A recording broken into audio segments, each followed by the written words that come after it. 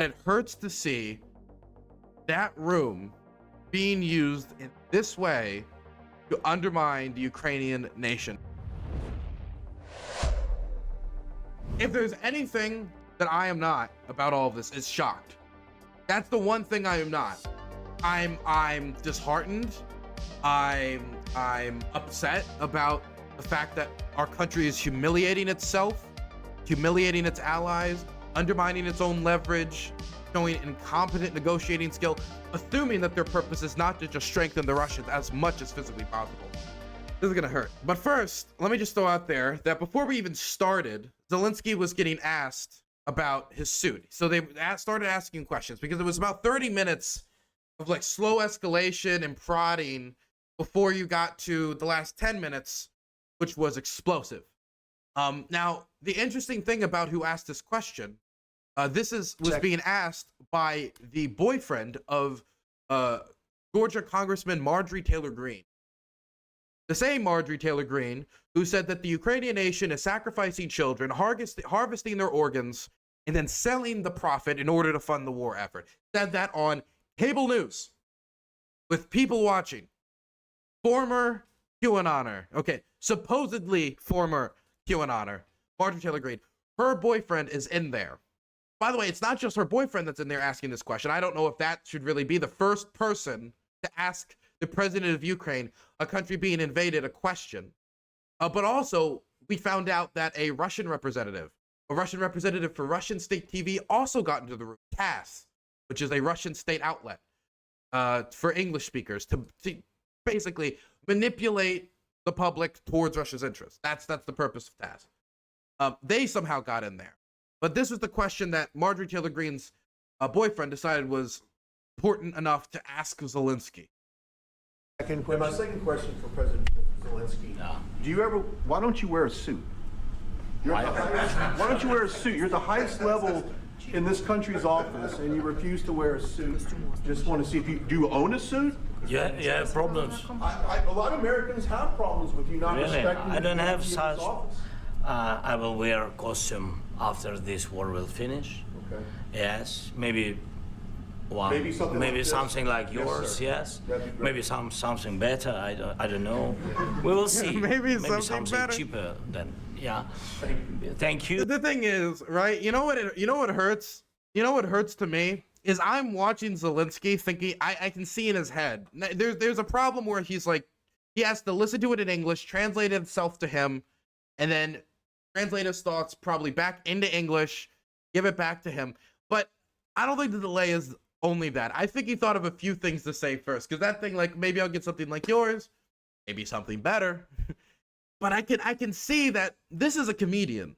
Zelensky's a comedian. If there's anything, like, not all comedians like bashing hecklers, but comedians know how to be pretty good at that. And I've seen Zelensky engage in some pretty funny back and forths. And it must be pretty painful to have someone basically come up to you and you're here to talk about stopping your civilians being pushed into mass graves. And this guy has decided that the important question to ask is, why aren't you wearing a fancy suit? I would like to see your pretty tie as you talk about the dead children. Like, it's diluted. But this is it's all about status up there. Definitely in a room like this in Trump world, status, clothing, luxury, this stuff matters a lot. Anyway, after we got the silly questions out of the way, we got back and forth between Trump, JD Vance, and Zelensky. Now, the purpose for this meeting was because Zelensky and Trump were supposed to meet up so they could sign a minerals deal between the United States and Ukraine. Now, originally, the minerals deal was that Ukraine would give up about $500 billion worth of mineral value to the United States, which is about 3 to 4 times in between there the size of Ukraine's total GDP. On top of access and control of critical infrastructure, ports, etc.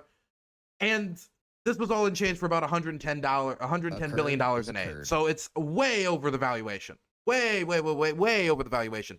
Thank you, B-Man, for the $5. Musk wear suits. GG. Okay. So they're supposed to meet up to sign this new deal that they've negotiated, which instead of it being a lump sum that is being taken out of Ukraine, value its resources, taking away the value and the monetary value of the resources, instead and give it to the United States. It will be taken and put into an investment fund, which shall invest into Ukraine and see what type of profit could be made. Basically, it's instead of it going to the United States, it goes to an investment fund that is partially controlled, right? It's a big shift. It's a sizable shift. Now, is it still a good deal? Does Ukraine still deserve more? Well, any of those details at this moment don't really matter all that much. I think that Ukraine probably could ask for more. It'd be fair to give more, and I think it's within America's interest to give them more. But that's not the situation Ukraine face.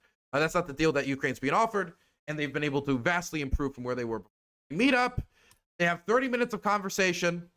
The questions people are asking are probing. I think some of them, like the suit one, was meant to purposefully provoke, and then eventually they clash. And then for 10 minutes, Zelensky, Trump, and JD Vance went back and forth. And I wanted to check this out. Well, I honestly, that's a lie. I don't want to check this out. To check this out. For 4 years in the United States of America, we had a president who stood up at press conferences and talked tough about Vladimir Putin, and then Putin invaded Ukraine and destroyed a significant chunk of the country.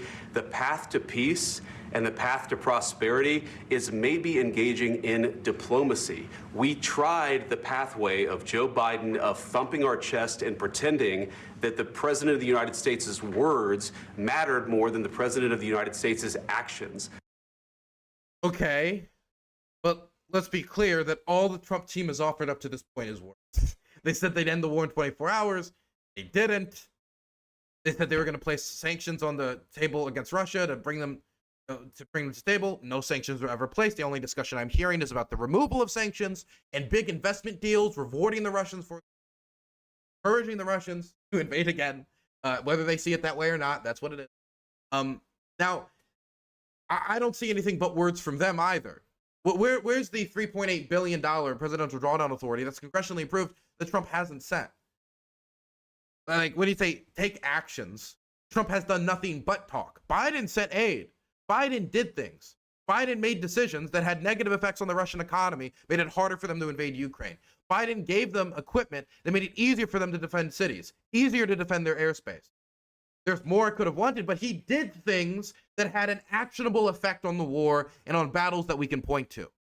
And you cannot say, oh, that's nothing, that's just talk, and then have Trump go forward to claim the javelins that were sent to Ukraine during his administration. Even though Trump was not a champion of it, he actually unconstitutionally blocked those javelins and tried to strong-arm dirt on his political opponents out of Zelensky for those javelins that were congressionally approved with a veto-proof majority, meaning it was illegal and unconstitutional that he was blocking it. But he still takes credit for it.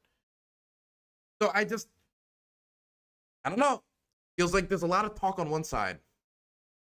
What makes America a good country is America engaging in diplomacy. That's what President Trump is doing. Can I ask you? Sure. Yeah? Yeah. Okay.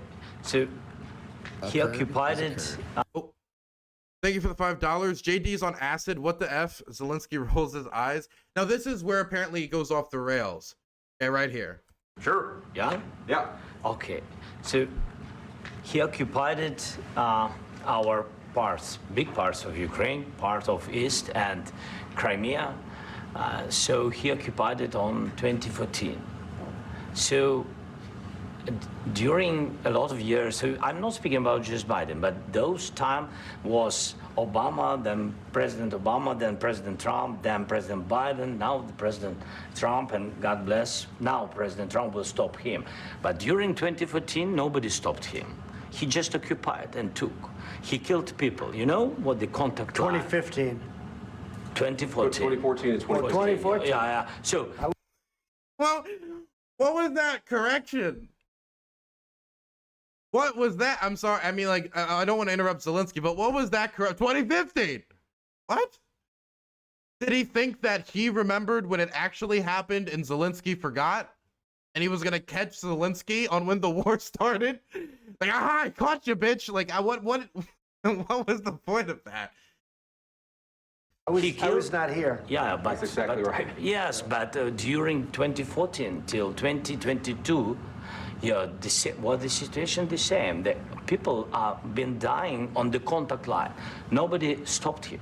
You know that we had conversations with him, a lot of conversation, my bilateral conversation, and we signed with him, me, like a new president. In 2019, I signed with him the deal. I signed with him, Macron and Merkel, we signed ceasefire. Ceasefire. All of them told me that he will never go. We signed him with gas contract. Yes, but after that, he broken this ceasefire. He killed our people and he didn't exchange prisoners. We signed the exchange of prisoners, but he didn't do it. What kind of diplomacy, JD, you are speaking about? What do you mean? I'm talking about the kind of diplomacy that's going to end the destruction of your country. Yes, but if you Mr. President, with respect, I think it's disrespectful for you to come into the Oval Office and try to litigate this in front of the American media. You know why it's disrespectful? You want to know why it's disrespectful? Because neither of these people have a deep depth of knowledge on them, okay? Right? Like, even the idea that, like, Russia didn't attack under Trump is a lie. They attacked in 2016. They attacked the city. It just, obviously, it's not on the same scale. But I think Zelensky has a good point here. From 2015 to 2022, we had these talks. We had these discussions. They failed. They invaded in 2014, the whole time saying they wouldn't. They invaded in 2022, the whole time saying they wouldn't. We signed ceasefires in the between. Many of them violated. So when we say, like, we need to open up the pathway to diplomacy, what diplomacy is this? Right? And the reason he's bringing this up is because Trump still refuses to give Ukraine any security guarantee. And J.D. Vance has never really cared about Ukraine at all, and he's open about it. Well, he was open about the campaign trail before, and had his campaign to retract the statement. Howard stand by the fact that he just didn't care. But the reason he's bringing this up is because if there's no security guarantee, and you're just hoping that Putin doesn't invade again, how do you guarantee that?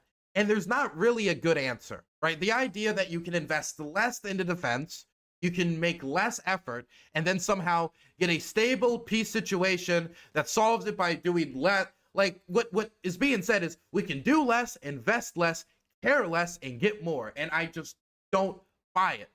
I don't buy it. You need to put security guarantees, things to deter in place in order to stop a future war, because you can't be naive about Putin. And I think that's what Zelensky's trying to get at here. But the reason it's disrespectful simply is because if they got into the weeds, J.D. Vance and Donald Trump would both be way out of their depth. Donald Trump J.D. Vance said openly he doesn't care about it. When he speaks about it, it's pretty obvious he's regurgitating other people have told him, listened to, and I can tell because it's always like one layer down. You go one layer, like, okay, let's break down. When you say, like, we're going to have this non-contact line, if this treaty's broken, what does the United States do? Or you go deeper into this, okay, how do we know the Russians won't invade again? What is going to dissuade them from doing so? You go any deeper in it, and you're going to get shallow answers or answers that are unsatisfactory, answers that do not answer your concern, and you have to accept an amount of risk that is not comfortable to discuss. Because if you told the American public, yeah, there's a possibility Russia could invade again, we would do nothing, and yeah. If you admit that and you say that openly, because you don't want to put the security guarantees in place, you want to get the peace, you want to get this war out of your way, just like a road bump for you. That's not going to that's not going to lead to long-term. That's why I think it's part of the reason why Zelensky. Go over to Trump. Trump can't speak about the war without lying. Trump cannot speak about the war without lying. It's impossible. He lies about the death numbers. He lies about the aid numbers. He lies about how the war started. He lies about the finer details of the war. He lies about Ukrainian politicians. He lies about the Ukrainian system. I mean, the people around him lie about all sorts of things. Biolabs, weapons being sent to Ukraine, being sent over to the cartels, like all sorts of stuff. And so the reason it's disrespectful is that Zelensky, just quite frankly, could easily point out the massive flaw in their strategy, and he just knows much more about it. That's why it's uncomfortable.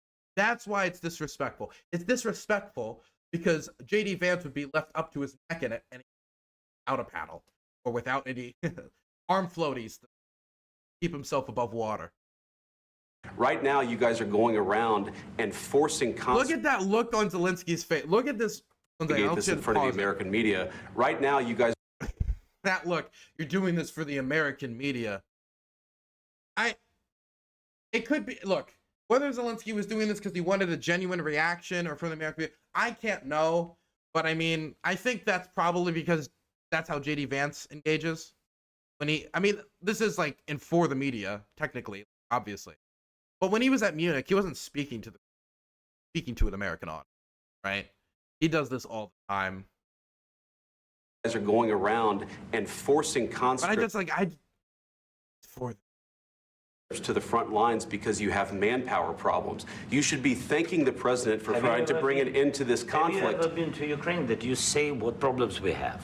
I have been to. Come once. I've actually watched and seen the stories, and I know what happens is you bring people, you bring them on a propaganda tour, Mr. President.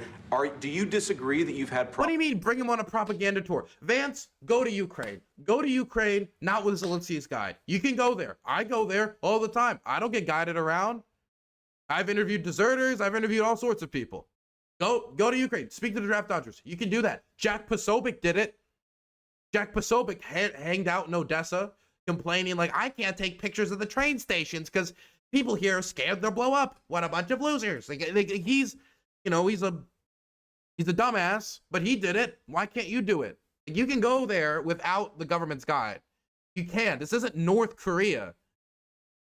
Problems bringing people into your military? And do you think that it's respectful to come to the Oval Office of the United States of America and attack the administration that is trying to prevent the destruction of your country? What do you mean attack the administration? What do you mean attack the administration? See how JD Vance immediately went into the trenches? He wants to fight with Zelensky. He does not want to. Look, if he cannot get a peace deal that's on Trump terms and what's best for Trump, you know, what's best for his immediate political interest, then it's attack, kill. Because he doesn't care about the mass graves. He doesn't care about the death. This is my genuine belief about JD Vance. He cares about the death. He cares about the political reward. He said openly he does not care about Ukraine any manner whatsoever. And so when he talks about, oh, your people are dying, all this, he does not care. He cares about serving and brown-nosing to the man to the right of him. So when he says, oh, you're attacking the administration, bullshit. He's trying to set Zelensky against Trump. That's what JD Vance is trying to do here. He's trying to get these two fighting so Zelensky goes back to the front line with less supplies. That's the point. That's what JD Vance is trying to do there. Because Zelensky did not go there, attack the American administration. If he attacked any administration, he would have attacked Obama, Biden, and Trump and the general standard of Ukraine policy of allowing Russia to continuously invade them, which was a failed policy. Donald Trump said Obama failed. Donald Trump said Joe Biden failed. The problem is that Zelensky did not make a specific exclusion saying everybody else sucked. But during the 4 years, during your term when nothing changed, it was so fantastic. Because Zelensky will not lie for them and lick the shit off their shoes, helping Ukraine is beneath them, no matter American credibility, no matter American strategic interests, no matter the promises we made, no matter anything about any type of moral values, whether it be defending religious freedom, defending Ukrainian civil society, any of these things, fuck it. None of that matters. He's never cared about Ukraine, and so the purpose of what he's trying to do here, because the way people have described this interaction is Zelensky just started fighting with them. Zelensky brought a real issue to the front. Now, maybe you should have said, maybe your point or somebody's point could be, Zelensky should not bring real issues up in public. He should only bring it up in private where Donald Trump's feelings can't be hurt. But he didn't attack the American administration. He attacked a naivete about the trusting of Vladimir Putin, which Donald Trump says he trusts, which is stupid. It is naive. It is silly. And he's trying to describe a lack of trust that he has. And your response is, why are you attacking us? Why don't you thank us? Why don't you get on your fucking knees? That's the way he's talking to him. He's talking to him as if Zelensky's beneath him because America big, Ukraine small, so you better get down. Like, it's JD, as much as people talk about Zelensky should have rolled over and did better diplomacy, JD Vance doesn't know how to do diplomacy. JD Vance only knows how to go out and get clipped for Twitter. That's what he does. He lives for the clip. He lives for the meme. He lives for being able to giggle about it online. He doesn't live for like serious diplomacy because he cannot do serious diplomacy because he doesn't have any experience. And the person somehow with more experience than him, Donald Trump, is somebody who cannot open his mouth without lying. Bad situation. A lot of questions. Let's start from the beginning. Sure. First of all, during the war, everybody has problems. Even you, but you have nice ocean and don't feel now, but you will feel it in the future. God bless. You don't know that. God bless. God bless. You will not have a war. Don't tell us what we're going to feel. We're trying to solve a problem. Don't tell us what we're going to feel. I'm not telling you. Because I'm you're in no answering on this position to question. dictate that. That's Remember exactly what this. you're doing. I'm not You're dictating. in no position to dictate what we're going to feel. We're going to feel very good. What do you mean he's dictating? Trump is too stupid for this conversation.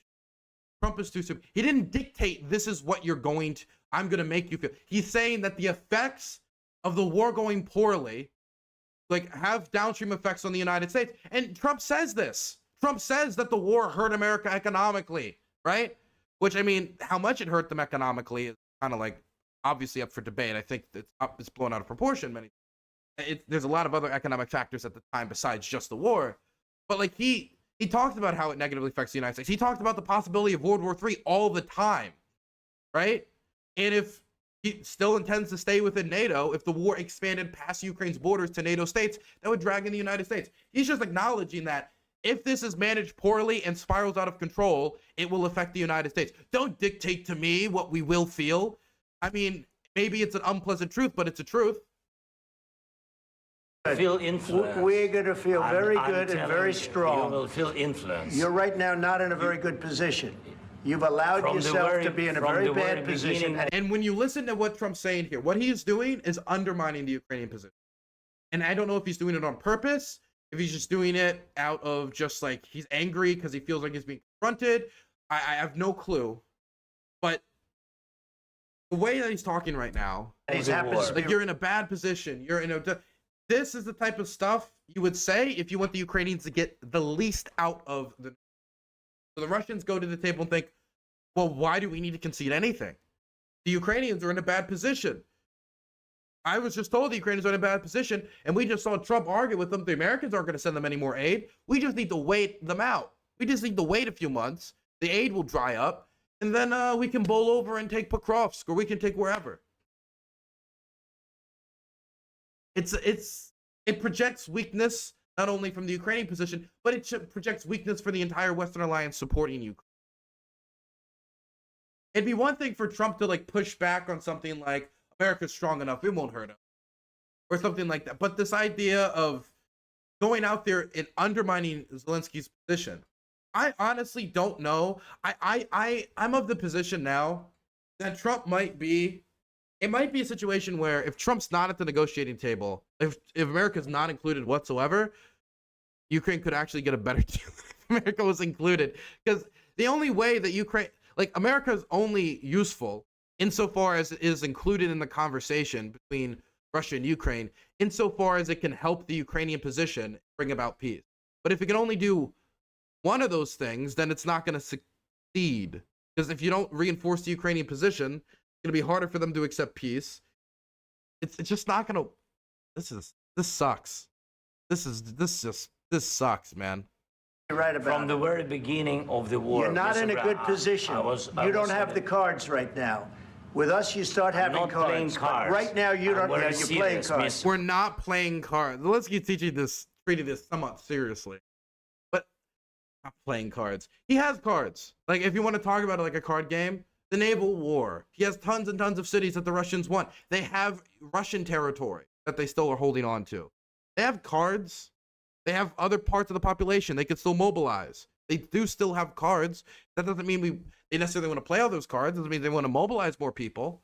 But that's why you bring the threat of it to negotiation so you can get what you want without having to.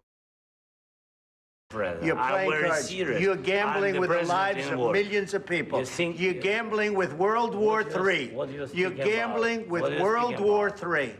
And what you're doing is very disrespectful to the country, this country. That's back to you. Far more than a lot of people said they should have. Have you said thank you once? this A lot entire of meeting. times. No, in What this, a whiny bitch. I'm sorry. It just, why don't you thank me? Get on your knees. Get over yourself. Okay? Have you said thank you once? He said thank you a million times. You just don't listen because you're fucking deaf. He's deaf. Zelensky said thank you a million times. I listen to his speeches. I read his statements. He says thank you all the time. Like, okay, here's one. Here's one I had ready just for this moment, okay? For the 4th of July. Happy 4th of July to all our American friends. We understand what independence means to Americans, and you can see it means the same thing to us Ukrainians. We value independence equally and rely on our brave men and women to defend it. Together, we are creating hope for the people all over the world, hope that freedom will always triumph. True independence is always the result of one battle. Freedom must be reinforced with victories every time tyranny attempts to destroy it. Different generations of Americans and Ukrainians have witnessed this firsthand, and it is critical that current generations pass on a sense of confidence, independence, and guaranteed freedom to their children and grandchildren. On this day, we join our trusted ally in recognizing this most sacred value for both our nations. We do so with deep gratitude for all of those who, all of the support that the United States has provided, continues to provide to Ukraine in this fight for freedom, independence, and security, not only its own, but that of all free nations. Thank you, America. Thank you to every American heart that beats in solidarity with brave Ukrainian hearts fighting for independence. Yeah, no, he said thank you like 3 or 4 times here. And this is one tweet. There's plenty of these. Just being whiny. this entire meeting, have you said thank Even you? today. You went to Pennsylvania and campaigned for the opposition in October. And by the way, when we say thank you, when you say thank you for this, right? Thank you for what? Thank you for the mineral deal that Trump said was necessary to pay past debts. He should say thank you for paying debts. He should say thank you for Trump not including them at the negotiation. He should say thank you for giving up NATO right off the bat. He should say thank you for not negotiating well. He's there respecting you through his presence, more respect than either of you deserve. But because you were elected and his people's survival and their freedom depends upon it, he has to be there. You know, the Ukrainian ambassador to the United States was damn near crying while this was going on, by the way, because of all the effort and work she's put in to try to foster relationships between the United States and Ukraine. And I mean, you got to think about it from her perspective. That she might even think that, oh, I failed. I'm the ambassador. I failed at getting my nation weapons. I failed at helping my people survive. Like, she has no reason to feel that. But I could imagine that type of guilt clawing at her because of this Neanderthal taking the White House. Thank you. You went to Pennsylvania and campaigned for the opposition in October. Offer some words of appreciation for the... That's not true. It's bullshit. You know what he did? He went to Pennsylvania with the governor of Pennsylvania, Josh Shapiro, and went to the largest ammunition manufacturing facility in the United States, producing 155 millimeter artillery shells, the exact artillery shells they need for their artillery systems. He went there to see the artilleries being produced, shake the hands of those producing the bombs and weapons for his country because he needs it for their defense. It wasn't a campaign stop. It was a stop at a munitions factory. He didn't endorse Harris. He didn't endorse these people. I mean, like, he did. It wasn't a campaign stop. He went there to talk about weapons, and that's what he talked about. What, because Democrats were there? So who should he have visited the facility with? Should he have went with the governor of Pennsylvania or not with the governor of Pennsylvania? Should he only be allowed to visit red states just in case Donald Trump wins so we can make sure that we're attentive to his feelings? So Zelensky's never in the same room with someone who would dare ever disagree with Trump. It's just this sycophancy cult behavior is spilling into our foreign policy, and it's going to get people killed. It has already gotten people killed. United States of America and the president who's trying to save your country. Oh my God, dude, this is painful. Trump's such a hero.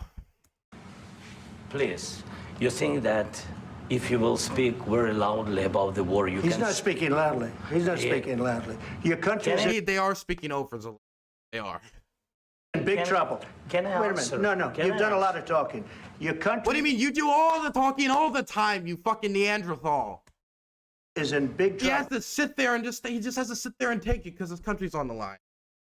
And we did this to him, by the way. Okay, our country did this to him. As much as we want to put this on Trump, it was our country electing this man thinking, let's give it a second shot. It was a chaos and a mess the first time. We all left. He left the office, you know, with the White House smoking and with the Capitol smoking from the storming of the Capitol.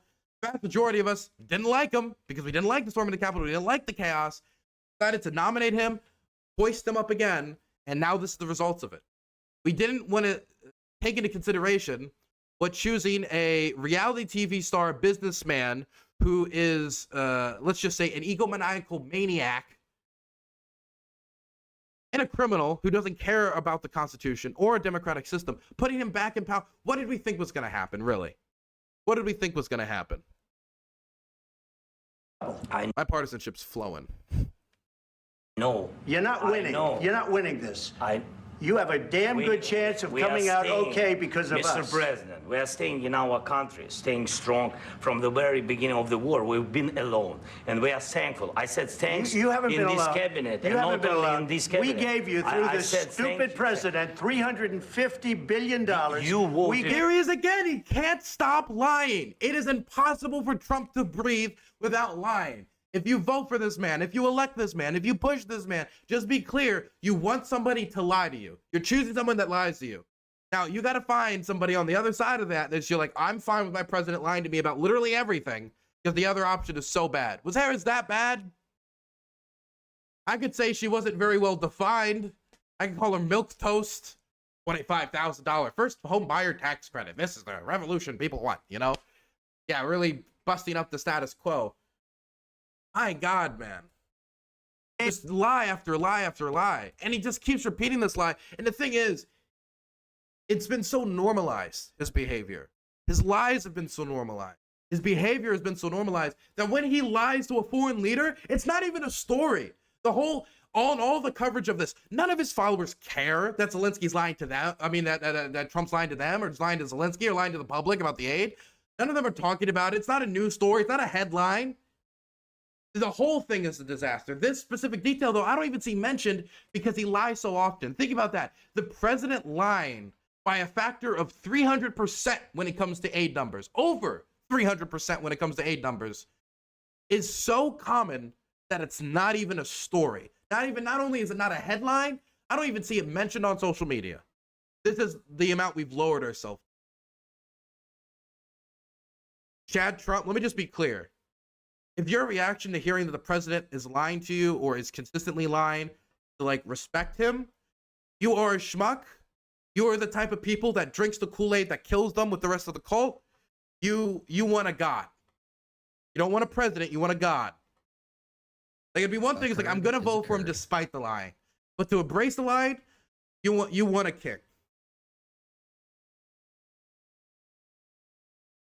Adam, something put a post on YouTube. 28th of February marks the end of the American century. You're absolutely right, and I'm leaving my name today. I don't know if it's the end of the American century.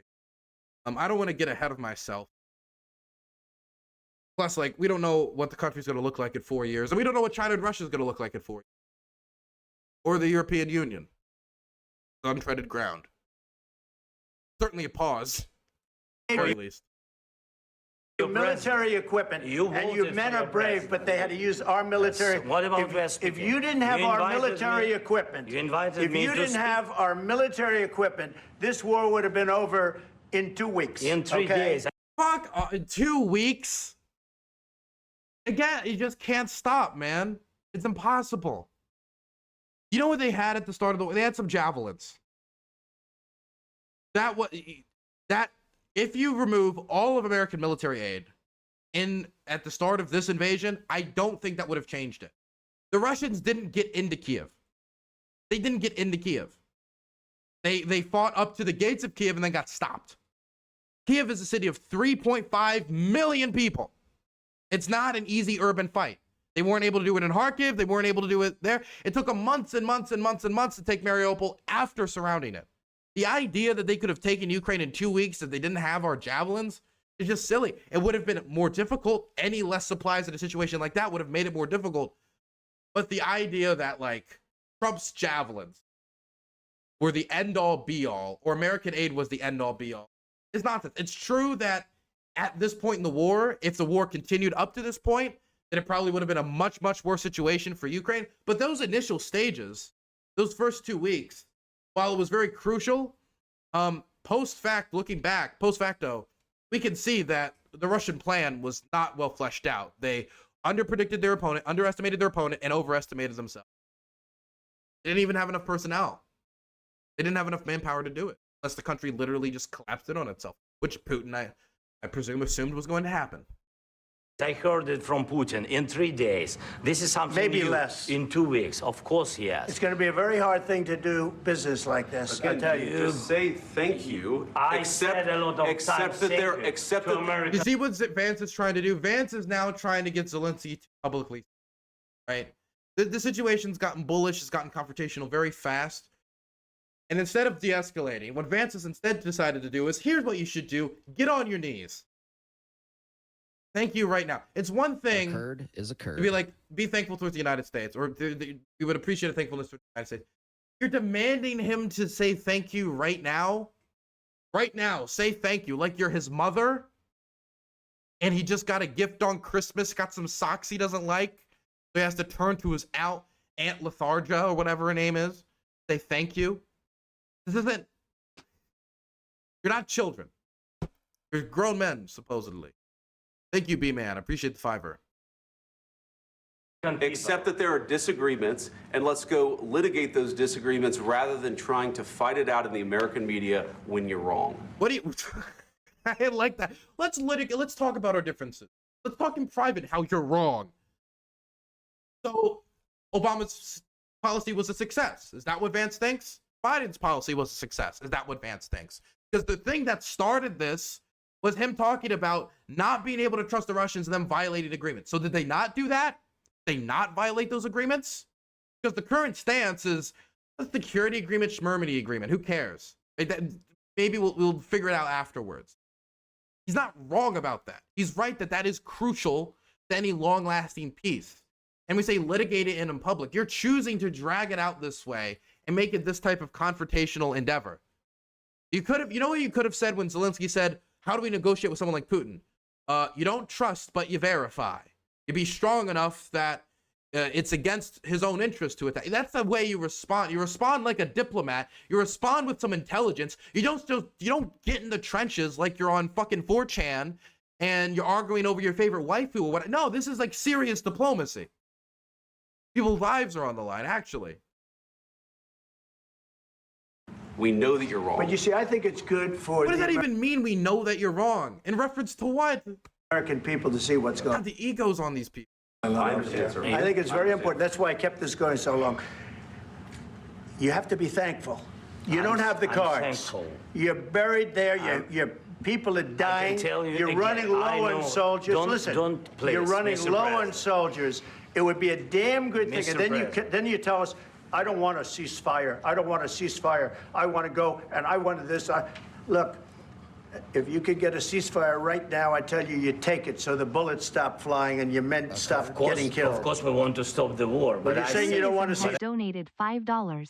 Joined late. Do you think as a former comedian, public figure, C is more adept at considering public perception when talking with these dunces? I think so, but there's also the problem that there's a language barrier. Here's the problem. Trump is fast, quick, on the draw. And that, now the problem with that is he'll shoot wherever, and he'll shoot whatever. So he'll shoot, like, garbage bullets and not hit the broadside of a barn and get the facts completely wrong. But Zelensky, he has to, like, hear what's saying in English, translate it in his head, translate what he wants to say back in English, back to them, while also being respectful, while also being thankful, while also not allowing them to just craft narratives in the public that's like, the Ukrainians don't want peace. They took all of our money. You don't have Social Security. Why? Oh, that's because the Ukrainians took it. They took 350 billion. Fake number. Fake that. Fake. Like, does he just sit back and allow that to happen? Or does he try to fight for the hearts of the American people who are being lied to? I said to you, I want a ceasefire. with guarantees. Because you'll get a ceasefire faster than an agreement. Ask our people about Ceasefire, you get a ceasefire faster than an agreement. This is the problem. If you get a ceasefire and the war starts again in 2 years, that's Trump's war. That's Putin and Trump's war. Because what you've done is you've just allowed the Russians to gather up their forces again and attack again in 2 years once they're prepared. You have to make an agreement that has deterrence, that has security guarantees, that stop the Russians from invading again. All this talk about live and stopping the bullets and stopping, all of this is hogwash. It's all emotional bullshit because it doesn't matter if the fighting starts immediately upon the next opportunity. Like all that stopping, great. Now it's also our children are dying. Congratulations on the, well, not only from frontline bombing or bombing of hospitals and cancer wards, but also from them now turning 18, 19, and they have to serve because the war started again in 5 years. So like the reason, the sticking point here that's causing all this this clash, if you really dial it down, it's security guarantees. That's where all this anger is amounting from. Zelensky wants security guarantees so that when the guns stop firing, they don't resume. Trump wants the guns to stop firing as soon as possible, which means possibly forgoing security guarantees. In fact, it seems like he's ready to forgo security guarantees, which could very well mean the guns start firing again later, but that's later, not now. And I'm living in today, not yet tomorrow. Logic. About ceasefire, what they think. That wasn't with me. For you what, that what wasn't this with me. means. That was with with a guy named Biden, who was not a smart person. This That was is your, with, this that was is with your Obama. president. It was your president. Excuse me. That was with Obama, who gave you sheets, and I gave you javelins. Obama gave them like counter battery rate, and Trump didn't give them javelin. Congress gave them javelins. It was a congressionally passed bill that he tried to hold on to, stop unconstitutional. So he didn't give them javelins. America, Congress, the American people gave them javelins. He actually interfered with the process. Yes. I gave you the javelins to take out all those tanks. Obama gave you sheets. In fact, the statement is Obama gave sheets and Trump gave javelins. Okay, so that's 4 or 5 times he said the same line. But again, counter battery radar. It's true he didn't give lethal weapons, but Trump in his mind, he doesn't need to like, if he says counter battery radar, number one, I don't even know if he knows what it is. But if he does, the American people know, just say sheets. Just say it gave him Band-Aids, right?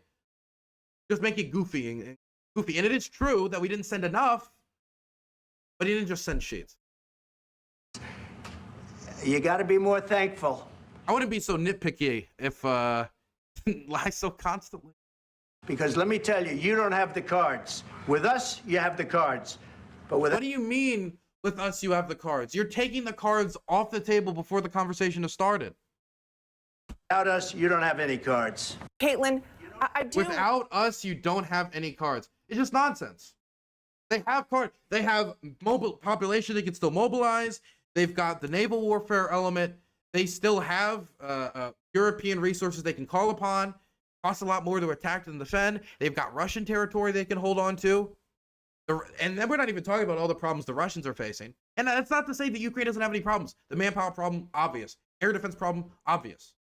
Also, of course, supply problems. But the way Trump's talking is, whether he thinks this is just to empower himself, it is weakening Ukrainians and weakening him. Whether Trump realizing it, he's weakening the Ukrainian position, weakening his negotiating position. And I don't think the American public are going to stand for the President of the United States selling out Ukraine. If you're curious what the Trump said afterwards, he did release a statement, because obviously this is big. That was a huge diplomatic kerfluffle. Here's the statement from Donald Trump, a statement from President Donald J. Trump. We had a very meaningful meeting in the White House today. Much was learned that could never be understood without conversation under such fire and pressure. You had a disagreement where you guys really played the insult game. You went to town, and Zelensky gave mild pushback. Fire and pressure is I guess there's some pressure. I don't know if fire would be just. It's amazing what comes out through emotion. And I have determined that President Zelensky is not ready for peace if America isn't involved. But he feels our involvement gives him a big advantage in negotiations. I don't want advantage. I want peace. He disrespected the United States of America in its cherished Oval Office.